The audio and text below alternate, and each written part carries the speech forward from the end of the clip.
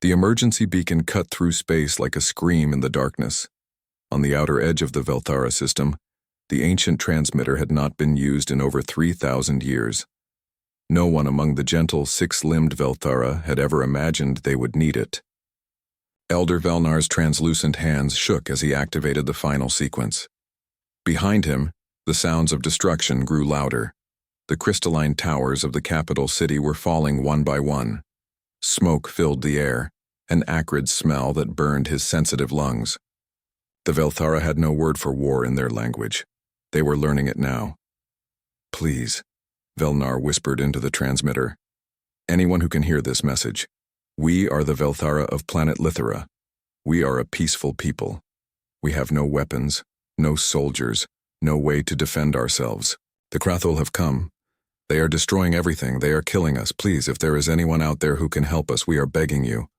We do not want to die." The message repeated automatically, broadcasting in every known language across the galaxy. Velnar looked out the window one last time. The invaders were already at the building's entrance. He hoped someone, somewhere, would hear his words. The message reached the Galactic Council station 72 hours later. In the Grand Assembly Hall, representatives from 40 different species gathered to discuss trade agreements and boundary disputes. When the distress call played over the speakers, most of them simply shook their heads. "The Velthara," said the Anthari representative, "a being made of flowing energy contained in a crystalline shell. I know of them. Artists and philosophers. They have nothing the Krathul would want except slaves. And territory," added another. "The Krathul dominion has been expanding for decades. The Velthara system has 3 habitable planets." The council chamber filled with sad murmurs. Everyone knew what happened when the Krathul invaded. The reptilian warriors were brutal and efficient. They did not negotiate. They did not show mercy. And they had one of the largest military forces in the known galaxy. "We should send a diplomatic mission," suggested someone. "The Krathul do not respond to diplomacy," another replied. "By the time we could organize anything, the Velthara will be extinct." In the back of the chamber, Ambassador Yuna listened quietly. She was human, one of only a handful representing Earth at the Galactic Council. Her people had only made first contact with galactic civilization 5 years ago. Most species still knew very little about humans or their home planet. Yuna stood up. "Earth will respond to their call." The chamber went silent. Then several representatives began speaking at once. "Ambassador, the humans are too new to this," the Anthari said gently. "You do not understand what you are facing. The Krathul have destroyed civilizations that were far more advanced than yours." "We understand perfectly," Yuna replied. Her voice was calm but firm. "Someone asked for help. We will answer." "This is suicide," another representative said. "Your species will be wiped out before you even reach their system." Yuna smiled slightly. It was not a happy expression. "You might be surprised." 2 days later, Captain Minho stood on the bridge of the ESDF Indomitable, looking at the star charts. His ship was the pride of Earth's Strategic Defense Force, built in the orbital shipyards above Earth. 3 support vessels traveled with him, carrying marines, supplies, and medical equipment. "Captain, we are receiving another warning from the Galactic Council," his communications officer reported. "They are strongly advising us to turn back." "Noted," Minho said. "Ignore it. Continue on course." Commander Taiyang approached from the tactical station. "Sir, we have updated intelligence on the Krathul fleet, 12 warships in orbit around Lithera. Each one is larger than our biggest ship. And how many people are they killing down on that planet while we worry about their ship sizes?" Minho asked. Taiyang smiled grimly. "Understood, sir." In the Marine base, Sergeant Hana was inspecting her squad's equipment. 50 Marines stood at attention, their armor locked and sealed, their weapons checked and ready. They were young, most of them. Earth's military was still new to space combat, but they had trained hard for this. "Listen up," Hana said. "We are going to a place where people are dying, people who have never hurt anyone, people who do not know how to fight. The Krathul think they can just take what they want and kill whoever gets in their way." She paused. They have never met humans before. Let us show them what a mistake they have made. The Marines shouted in agreement, their voices echoing through the bay. Deep in the medical section, Officer Jisoo was preparing the surgical units. She had been a doctor on Earth for 10 years before joining the Defense Force. She had seen terrible things. Car accidents, natural disasters, war zones. But the reports from Lithera were different. The Velthara were being slaughtered like animals. "How long until we arrive?" she asked her assistant. 16 hours, ma'am." Jisoo nodded and continued her preparations. She knew there would be wounded, both Velthara and human. She would be ready. On the observation deck, Ambassador Yuna stood alone, looking out at the stars. She had fought to get permission for this mission. Earth's government had been hesitant. They were new to galactic politics. They did not want to make enemies. But Yuna had convinced them that this was important. This would show the galaxy who humans were. Her communicator beeped. It was a message from Captain Minho. "We will be entering the Lithera system in 15 hours, his voice said. "All personnel should prepare for combat operations.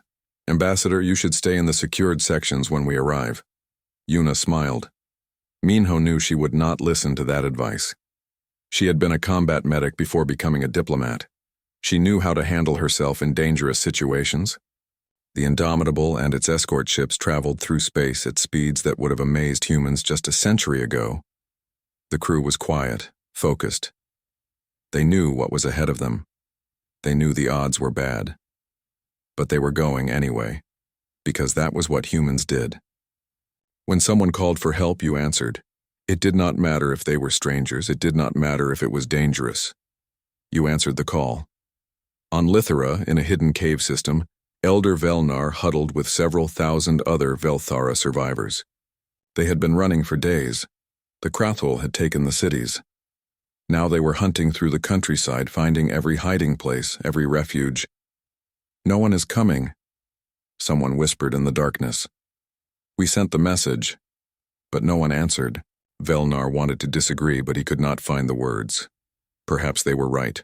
Perhaps they would die here, the last of their kind, forgotten by a galaxy that did not care. Above them, in orbit, the Krathul warships circled like predators. Commander Grath sat in his command chair, pleased with the progress. The Velthara were weak and easy to control. In another week, the planet would be completely pacified. Then they could begin the mining operations. His communications officer suddenly looked up. "Commander, we are detecting unknown ships entering the system." Grath leaned forward. "How many?" "4 ships, sir. Small fleet, unknown configuration. Identify them." A moment of silence. Then the officer spoke again, confused. "Sir, they are broadcasting as Earth Strategic Defense Force." "I have never heard of them." Grath laughed. "Another weak species thinking they can play hero. Hail them. Let us see how quickly they run away when they see our fleet." The human ships dropped out of faster-than-light travel at the edge of the system. On the Indomitable's bridge, Captain Minho looked at the tactical display. 12 Krathul warships, just as the intelligence had said. "Open a channel," he ordered. The face of Commander Grath appeared on the screen. The Krathul was large and reptilian, with dark scales and sharp teeth. His eyes showed only contempt. "Unknown vessels, you are entering Krathul space. Leave immediately or be destroyed." Minho met his gaze without flinching. "This is Captain Minho of Earth. We received a distress call from the Velthara. We are here to provide assistance." Grath's laugh was harsh and mocking. "The Velthara belong to the Krathul Dominion now. Leave or share their fate." "We decline both options," Minho said calmly. "Withdraw your forces from Lithera, or we will remove them for you." For a moment, Grath just stared. Then he began laughing again, harder this time. "You dare threaten me? You have 4 small ships against my fleet. I will crush you and then finish exterminating the Velthara while you watch." He leaned closer to the screen. "I am sending 4 of my warships to destroy you. Pray to whatever gods you have, human. You are about to die." The channel closed. On the Indomitable's bridge, several officers looked nervous. Commander Taeyang spoke quietly. Sir, those 4 ships outgun us significantly. Captain Minho smiled. It was not a nice smile. They have never fought humans before. They think we will be easy prey. He raised his voice so the entire bridge crew could hear. All hands, battle stations. Let us show these Krathul what Deathworlders can do. The 4 Krathul warships moved toward the human fleet with confidence. On the lead vessel, the Krathul captain watched his targeting systems lock onto the strange alien ships. These humans would be destroyed in minutes. Then they would return to hunting the Velthara. Fire when in range, he ordered. The human ships did not run. They did not try to negotiate. Instead, they did something the Krathul did not expect. They split formation and accelerated directly toward the incoming warships. Sir, they are charging us, the weapons officer said, confused. Fools, all weapons. Fire at will. Energy beams lanced through space. The Krathul weapons were powerful, designed to punch through heavy armor. The first volley struck the Indomitable's shields. On the human ship's bridge, alarms blared as the shields flickered and held. Shields at 60%, Taeyang reported. That was just one volley. Return fire, Minho ordered calmly. Target their weapon arrays. The human weapons were different from Krathul technology. They used a combination of kinetic projectiles and focused energy. The Krathul had never seen weapons like these. They did not know how to defend against them properly. The Indomitable's main guns fired. Solid metal slugs, accelerated to incredible speeds, slammed into the lead Krathul warship's hull. The shields absorbed the first few impacts, then collapsed. The next shots tore through armor plating like paper. Impossible, the Krathul captain whispered as his ship shuddered. How are their weapons so powerful? He did not know that human weapons were designed to work in Earth's dense atmosphere and high gravity. They were built to punch through reinforced bunkers and armored vehicles that could withstand incredible punishment. Against ships designed for space combat against other species, they were devastating. The second human ship, smaller and faster, spun around the Krathul formation. Pilot Hyun grinned as she pushed her fighter squadron through maneuvers that would have killed most galactic species. Humans could withstand much higher gravitational forces than other races. What looked like impossible turns to the Krathul were standard combat flying to Earth pilots. All fighters target the engines, Hyun ordered. Let us slow them down. The fighters swooped in, too fast for the Krathul targeting systems to track properly. Their missiles struck engine clusters and maneuvering thrusters. 2 of the Krathul warships began to list, unable to control their movement. Commander Grath watched from his flagship, his confidence beginning to crack. What is happening? How are 4 small ships defeating our warriors? His tactical officer had no answer. The humans fought in ways that made no sense. They took damage that should have destroyed their ships and kept fighting. They made maneuvers that should have killed their pilots but executed them perfectly, and their weapons hit harder than anything the Krathul had faced before. The battle lasted 18 minutes. When it ended, 2 Krathul warships were completely destroyed. 1 was crippled and drifting. The 4th retreated back to Grath's main fleet. Its hull breached in a dozen places. The human ships had taken damage, but all 4 were still functional. On the Indomitable, damage control teams rushed to repair shield generators and patch hull breaches. In the medical bay, Jisoo treated injured crew members. Most of the wounds were from equipment failures or falls during the violent maneuvering. Nothing life-threatening. Status report, Minho requested. Taeyang checked his displays. Minor damage across all ships. No casualties. The Krathul are regrouping near the planet. Good. Prepare a landing team. We need to make contact with the Velthara survivors. While the space battle had raged, the Velthara on the planet's surface had watched in amazement. Some had small viewing devices that could pick up orbital activity. They saw the human ships arrive. They saw the brief, violent battle. They saw the Krathul retreat. Someone came, Velnar whispered. Someone actually came to help us, but his hope was tempered by fear. These humans had fought the Krathul and won, but that made them dangerous. What if they were just another violent species come to conquer Lithera? Commander Taeyang led the landing team personally. 20 Marines in full armor, plus medical personnel and supplies. They took a stealth shuttle down to the planet's surface, avoiding Krathul patrols. The shuttle landed in a forest clearing 3 kilometers from where intelligence suggested Velthara survivors were hiding. The Marines moved through the forest and practiced silence. Sergeant Hannah took point, her weapon ready. The forest was beautiful, she thought. Tall trees with leaves that shimmered in shades of blue and purple. Earth had forests, but nothing quite like this. They found the cave entrance an hour later. Taeyang signaled his team to stop. He did not want to frighten the survivors. "This is Commander Taeyang of Earth," he called out in the Velthara language, using the translation software. "We received your distress call. We are here to help you. Please do not be afraid." Silence. Then slowly a figure emerged from the cave. Felnar stepped into the light, his translucent skin trembling. He looked at the armored humans, their weapons, their hard faces behind helmets. They looked terrifying. "You are the ones who fought the Krathul?" Velnar asked. "Yes," Taeyang said. He removed his helmet, showing his face. "We are human. We came as quickly as we could." Velnar studied the human's face. There was something there, determination, strength, but also concern. This warrior actually cared about whether the Velthara survived. "Why?" Velnar asked. "Why would you risk your lives for us?" "We are strangers to you." Taeyang thought about the question. "Because you needed help. That is reason enough." More Velthara began emerging from the caves, thousands of them, thin and frightened. Many were injured. The human medical personnel immediately began setting up treatment stations. Officer Jisoo approached a wounded Velthara carefully. The being flinched away from her at first. She moved slowly, showing her medical equipment, her gentle intentions. Finally, the Velthara allowed her to examine the wound on its arm. Jisoo was shocked. The wound was tiny, barely a scratch by human standards, but it was badly infected and clearly causing the Velthara significant pain. She realized with growing horror that these beings were incredibly fragile. Their bodies had evolved on a gentle world with few dangers. They had no immune systems capable of fighting off infections like humans did. They had thin bones that broke easily. Their skin tore at the slightest pressure. "We need to be very careful with them," she told her medical team. "They are much more delicate than we are. Everything we do must be gentle." As the humans worked, more Velthara gathered around them.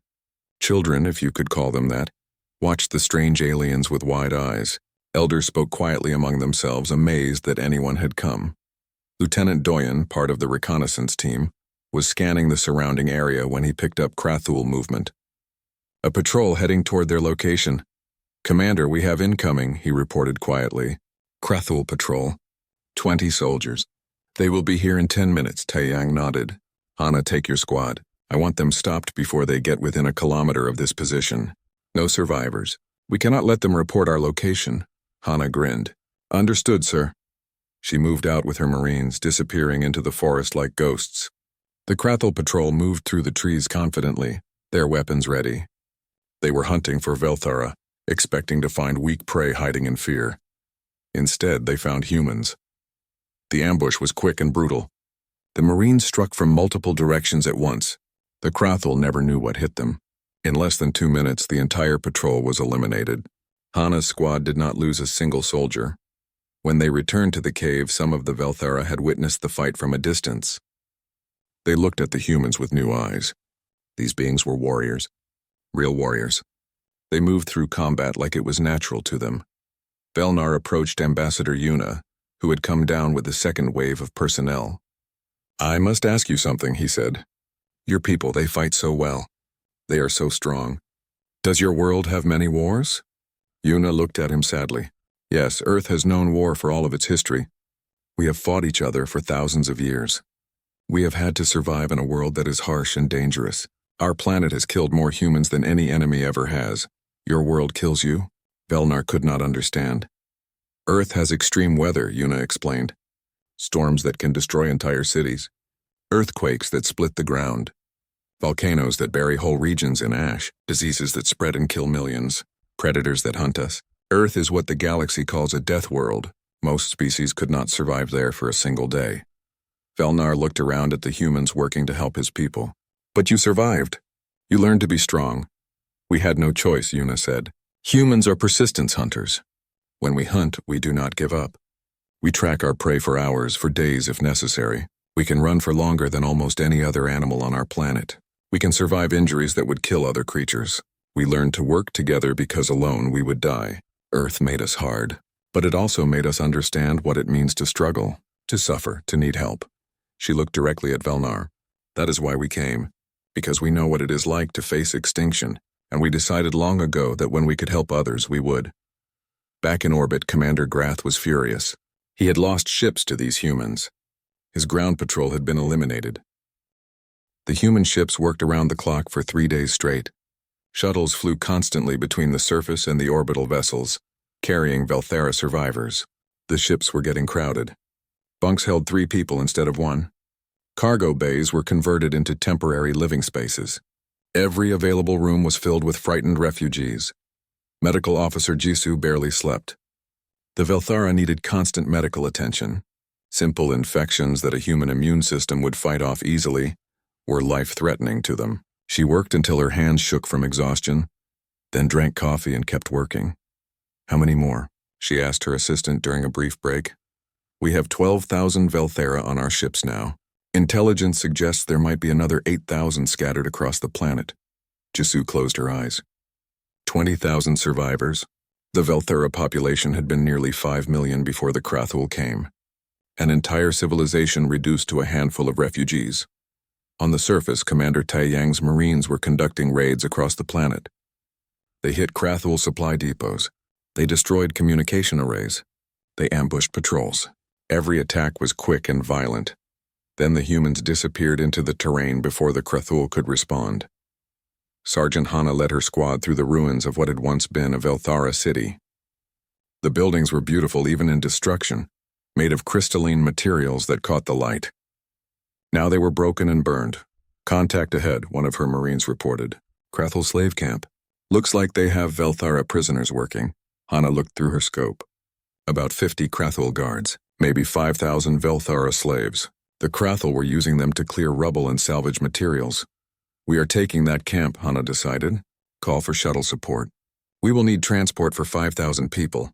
Her squad looked at each other, 50 guards against their 10 Marines. But they had learned that numbers did not always matter. Humans were faster, smarter, and far more aggressive than the Krathul expected. They struck at dawn. The Krathul guards were not prepared for an attack. Most species in the galaxy did not fight at night. Humans did not care about light or darkness. They had technology that let them see in any conditions. The battle was over in 6 minutes. The Krathul guards were eliminated. The Velthara prisoners stared in shock as the armored humans cut through their chains and gestured for them to follow. "We are getting you out of here," Hana said through her translator. "Shuttles are coming. Stay close to us." The Velthara did not understand what was happening at first. Then they realized these strange beings were rescuing them. Some began to cry. Others just stood there, unable to believe they might actually survive. Back on the Indomitable, Intelligence Officer Nari was working on something that worried her deeply. She had been analyzing Krathul communications for days. Now she had found something terrible. She went directly to Captain Minho. "Sir, we have a problem." "A big one. Explain." Nari brought up encrypted Krathul transmissions. "The reinforcement fleet is bringing something called a sterilization weapon. From what I can decode, it is a biological agent. They plan to release it into Lithera's atmosphere. It will kill every Velthara on the planet within hours." Minho felt cold. "When?" "The weapon will arrive with the fleet in 2 days. They are planning to use it rather than waste time hunting down the remaining survivors." "Can we evacuate everyone in 2 days?" Nari shook her head. "We are moving as fast as possible, but there are still thousands of Velthara in hiding. We have not even located all of them yet." Minho sat down heavily. This changed everything. Even if they evacuated some survivors, the Krathul would kill everyone left behind. And there was no way to find and rescue thousands of people spread across an entire planet in just 2 days. "Get me Ambassador Yuna," he said quietly. Yuna arrived 10 minutes later. Minho showed her the intelligence. She read it in silence, her expression growing dark. "We cannot let them do this," she said finally. "I agree, but I do not see how we stop it. We are outnumbered 15 to 1. Our ships are packed with refugees. We cannot fight a major space battle while protecting thousands of non-combatants." Yuna thought for a long moment. "The weapon has to be on a specific ship, right? In the Krathul fleet? Most likely on their command vessel or a dedicated support ship. Then we do not need to fight all 60 ships. We just need to destroy the one carrying the weapon." Minho looked at her. "You are suggesting a surgical strike into the middle of their fleet. I am suggesting we do what humans have always done when facing impossible odds. We find a way to win anyway." The plan was dangerous. Insane, really. But it might work. Lieutenant Doyen would lead a small team in a stealth ship. They would hide among the debris field near Lithera, waiting for the Krathul fleet to arrive. Once the enemy ships were in system, Doyen's team would identify which ship carried the biological weapon. Then they would board it and destroy the weapon. "This is a suicide mission," Doyen said bluntly when Minho explained the plan. "We will be in the middle of 60 enemy warships. Even if we destroy the weapon, we probably will not make it out." "I know," Minho said. "That is why I am asking for volunteers only." "No one will be ordered to go," Doyen smiled. "Sir, with respect, you do not need to ask for volunteers. Every Marine on this ship would volunteer. We all knew what we signed up for." He was right. When Minho announced the mission, over 200 Marines volunteered. He selected 30 of them, the best of the best. They spent the next day preparing, checking equipment, saying quiet goodbyes to friends who knew they might not see them again. Engineer Minji worked with Doyen's team to modify their stealth ship. She added extra armor in critical areas. She boosted the engines for quick escapes. She installed additional weapons. "I wish I could do more," she said. "This will be enough," Doyen assured her. "You have given us a fighting chance. That is all we need." On the planet's surface, Taeyang's forces worked frantically to find the remaining Velthara. They followed every lead, checked every hiding spot. Every survivor they found was rushed to the nearest shuttle and evacuated. Belnar was helping with the evacuation efforts. He knew the planet better than the humans did. He could guess where frightened Velthara might hide. He led rescue teams to abandoned settlements, underground shelters, remote forest camps. "There is a group hiding near the Southern Ocean," he told Taeyang. "At least 1,000 of them. But it is very far from here, and how far?" 3,000 kilometers. Taeyang checked the time. They had less than a day before the Krathul fleet arrived. 3,000 kilometers was a long distance. "We will get them," he said. "All of them." The human Marines pushed themselves harder than they ever had before. They went without sleep, surviving on stimulants and sheer determination. They flew through dangerous weather conditions. They fought through Krathul patrols. Every hour mattered. Every minute counted. Pilot Hyun flew mission after mission, her eyes red from exhaustion. Her hands cramped on the controls. But she kept flying. There were still people down there who needed help. The Krathul reinforcement fleet arrived exactly when predicted. 60 massive warships dropped out of faster-than-light travel at the edge of the system. Commander Grath contacted the fleet admiral immediately. "The humans are still here," he reported. "They have been evacuating Velthara survivors." "Let them," the admiral said dismissively. "They cannot evacuate everyone. Once we deploy the sterilization weapon, this problem will be solved permanently." The fleet moved toward Lithera in a tight formation. Hidden among the orbital debris, Doyen and his team watched on passive sensors. "There," one of his Marines whispered. "That ship, the large one in the center. Its configuration matches a Krathul biological warfare vessel." Doyen studied the ship carefully. It was well protected, surrounded by other warships. Getting to it would be almost impossible. "Almost. We wait until they are focused on the planet," he ordered. "Then we make our move." On the Indomitable, Captain Minho watched the Krathul fleet approach. His ships were outgunned and outnumbered. But they had one advantage. The Krathul did not know about the boarding team. They thought the humans would either retreat or die fighting in space. They were wrong. "All ships prepare for combat," Minho ordered. "We are going to draw their attention. Make it loud and obvious. I want every Krathul eye on us, not on their support vessels." The human fleet broke from orbit and accelerated toward the Krathul formation. It looked like a desperate charge, 4 small ships against 60. The Krathul admiral laughed when he saw it. "They are fools. All ships engage. Destroy them quickly." The Krathul fleet opened fire, space filled with energy beams and missiles. The human shields flared as they absorbed hit after hit. Damage alarms screamed on every human ship. But they kept coming, firing back, refusing to retreat. In the chaos of battle, Doyen's stealth ship slipped through the Krathul formation like a ghost. The Krathul sensors were focused on the main battle. They never saw the small ship approaching their biological warfare vessel. "Prepare for boarding," Doyen ordered. His team checked their weapons one last time. They knew what waited for them inside that ship. Hundreds, maybe thousands of Krathul crew members. They were 30 humans about to fight their way through an enemy warship. The odds were terrible. But humans had never cared much about odds. The human Marines fought through the Krathul ship like a force of nature. Every corridor was a battlefield. Every room a war zone. The Krathel crew had never faced anything like this. Most galactic species would have surrendered when facing such overwhelming numbers. Humans just fought harder. Doyen's shoulder burned where a Krathel energy weapon had grazed him. He ignored the pain. There was no time for pain. Not yet. His team was down to 24 soldiers now. 6 had fallen in the fighting. But they were close. So close. Breach the door, he shouted. Sung-ho, the demolitions expert, placed charges on the reinforced door, blocking their path. Clear, he yelled. The explosion tore the door from its frame. The Marines rushed through into a massive storage chamber. And there it was. The biological weapon. A large cylindrical container connected to deployment systems. One press of a button and it would release into Lithera's atmosphere, killing every Velthara on the planet. Place the explosives, Doyen ordered. We blow this thing and get out. But Commander Grath had reached the storage area's security station. He looked at the monitors showing the human boarding party. So few of them. Yet they had fought through his entire ship. He made a decision. Seal all exits from the storage area, Grath ordered. Then flood it with security forces. I want those humans dead. Bulkhead doors slammed shut around Doyen's team.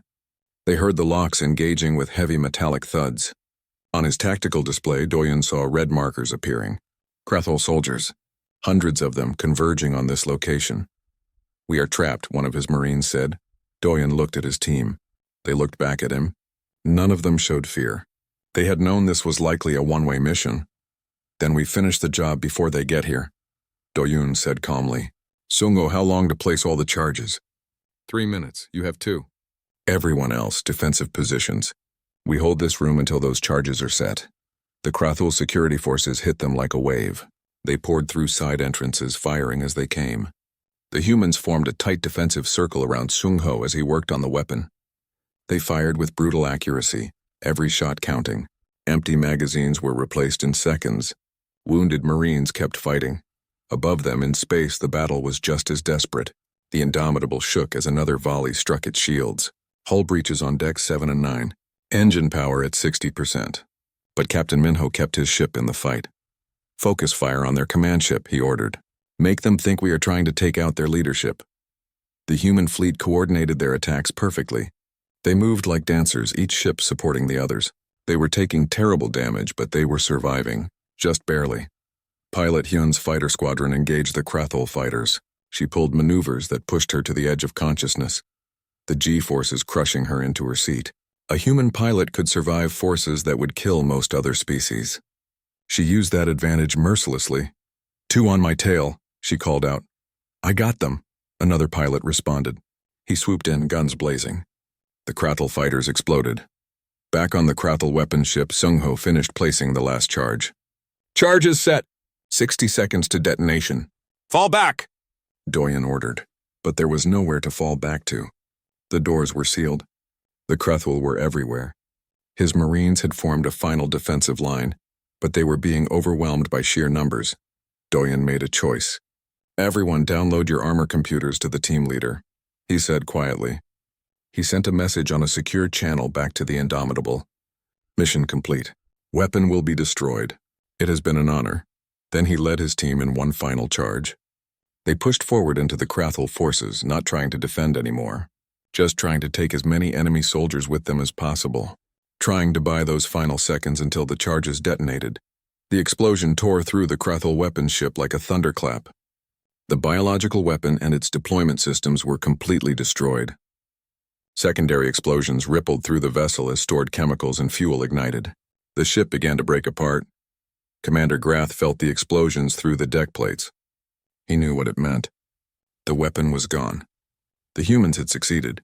Rage and disbelief filled him in equal measure. On the Indomitable's bridge, Captain Minho watched the Krathel weapons ship explode. His tactical officer reported through tears that Doyen's team beacon had gone dark. They did it, Minho said quietly. They saved those people down there. He raised his voice. All ships, the weapon is destroyed. Now we make sure their sacrifice meant something. Continue the attack. But the Krathel fleet was not retreating. The admiral was furious. The humans had embarrassed him, humiliated the Krathel dominion. He ordered all ships to concentrate fire on the human fleet. The 3 support ships were destroyed one by one. Each one fought until the very end, taking Krathul's ships with them. Now only the Indomitable remained, battered and bleeding but still fighting. On the planet's surface, Commander Taeyang heard the reports from orbit. The fleet was dying. But they had saved the Velthara from the biological weapon. Now he and his Marines just had to survive long enough to evacuate the last survivors. "Sir, massive Krathul ground forces incoming," one of his officers reported. "They are sending everything they have. 50,000 soldiers." Taeyang looked at his 2,000 Marines. The odds were 25 to 1. He smiled grimly. "Then we better make every shot count. All units, prepare defensive positions. We hold until every Velthara is off this planet." The Krathul ground assault began at dawn. Massive troop carriers landed across the planet, disgorging thousands of soldiers. They advanced on the human positions with overwhelming force. Sergeant Hana's squad was positioned in a ruined city. She had set up defensive positions in the rubble, turning the broken buildings into a fortress. The Krathul came in waves, expecting to simply overrun the humans through superior numbers. They learned a hard lesson. Humans were ambush predators. This was their kind of fight. Hana let the first wave get close, then triggered the mines her squad had planted. Explosions tore through the Krathul ranks. Then her Marines opened fire from concealed positions.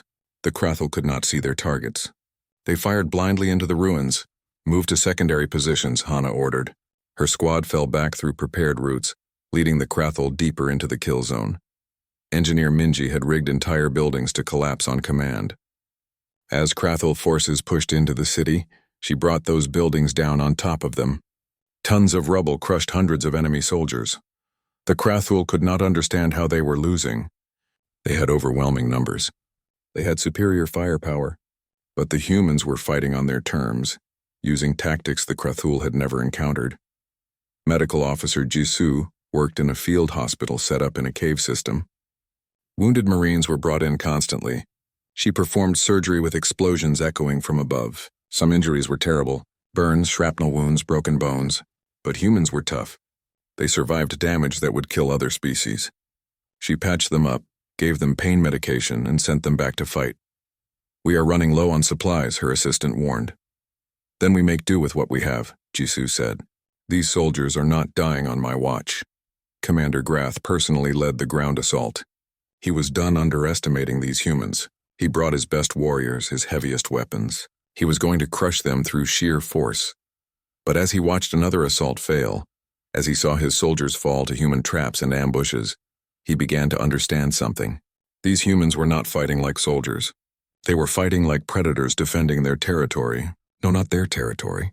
They were defending the Velthara, aliens they had never met until a few days ago. "What are you?" Grath whispered. Commander Taeyang stood in the command center watching the tactical displays. The Krathul were taking heavy losses, but so were the humans. He had lost 400 Marines. Another 600 were wounded. The defenders were exhausted, running on stimulants and pure will. But the last shuttle had just lifted off. The final group of Velthara survivors was heading to orbit. Every Velthara on the planet had been evacuated. "Mission accomplished," Taeyang said. "All units begin withdrawal to extraction points. We are leaving." The Marines began falling back in stages, covering each other's retreat. The Krathul pursued, but the humans had planned their escape routes carefully. They moved fast using the terrain, staying ahead of the enemy. In orbit, the Indomitable was on its last legs. Shields were gone, hull breaches on every deck, half the weapons offline, but still Captain Minho fought on, buying time for the evacuation shuttles to reach his ship.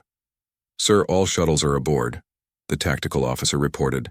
"We have everyone," Minho nodded. "Then it is time to leave. All power to engines. Get us out of this system." The Indomitable turned and ran, its damaged engines straining. The Krathul fleet pursued, firing constantly. But the human ship was built tough. It absorbed hit after hit and kept moving.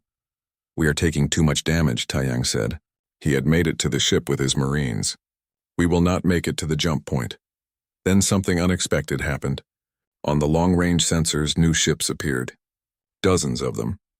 Ships from the Galactic Council. Ships from species who had heard about the Battle of Lithera. They had come to help. The Indomitable limped into Earth orbit 3 weeks later. The ship was barely holding together. Temporary patches covered hull breaches. Half the systems were offline. but it had made the journey home, carrying its precious cargo of survivors. A fleet of repair ships swarmed the damaged vessel immediately. Medical teams rushed aboard to help with the wounded. News crews broadcast images of the battered warship to billions of humans watching across Earth and its colonies. Captain Mino stood on the bridge one last time before the ship was taken to the orbital shipyards for repairs. His crew had been evacuated. The Velthara survivors had been transferred to temporary housing stations. Now it was just him and his ship, both of them scarred by battle. "We did it," he said quietly to the empty bridge. "We saved them." The cost had been high. 847 human lives lost, 3 ships destroyed, countless wounded, but 20,000 Velthara lived because of their sacrifice. The news of the Battle of Lithera spread across the galaxy faster than light itself. Every species heard the story.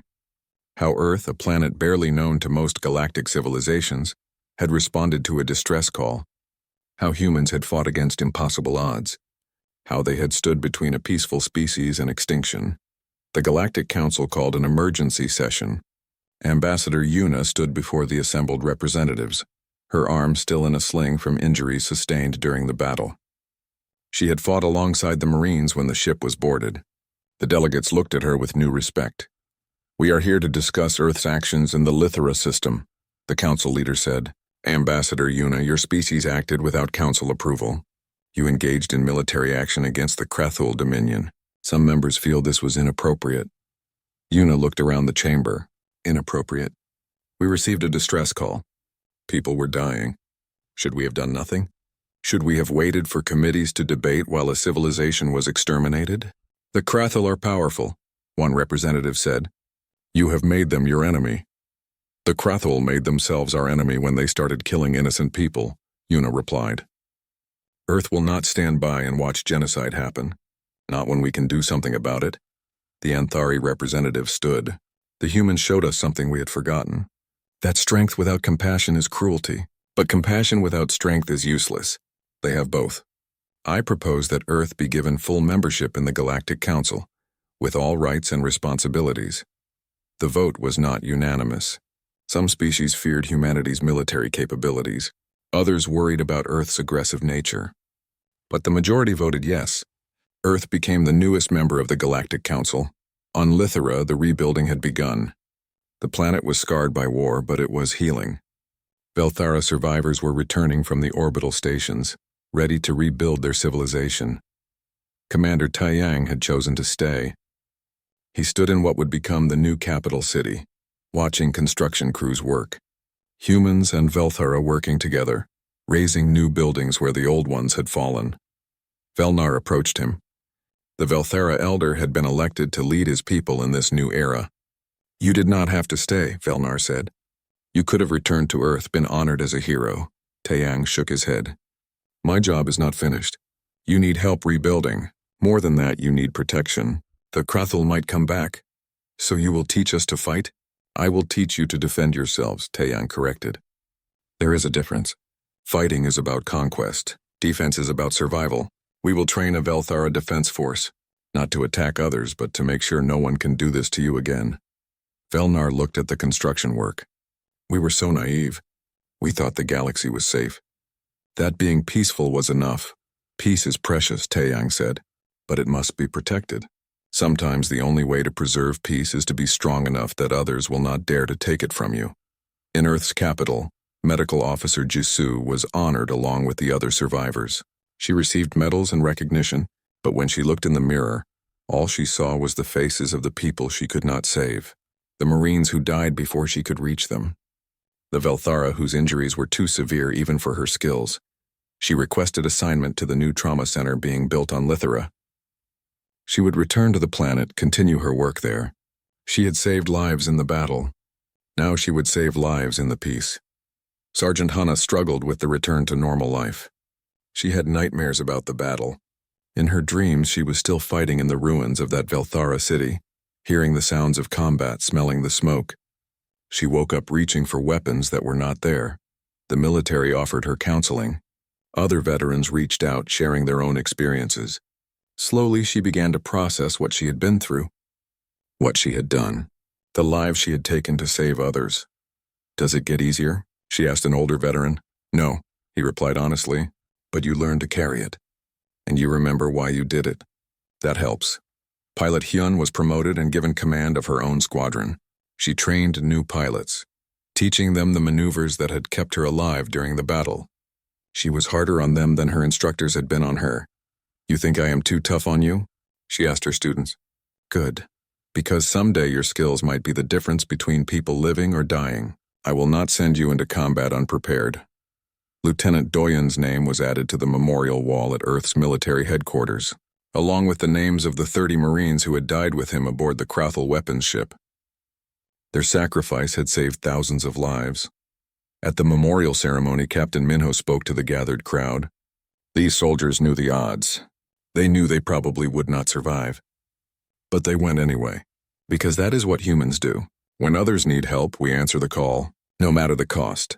Engineer Minji returned to her work, designing better ships, stronger armor, more efficient shields. She studied every system failure from the Indomitable, learning from each weakness. The next time humans went to war, they would be better prepared.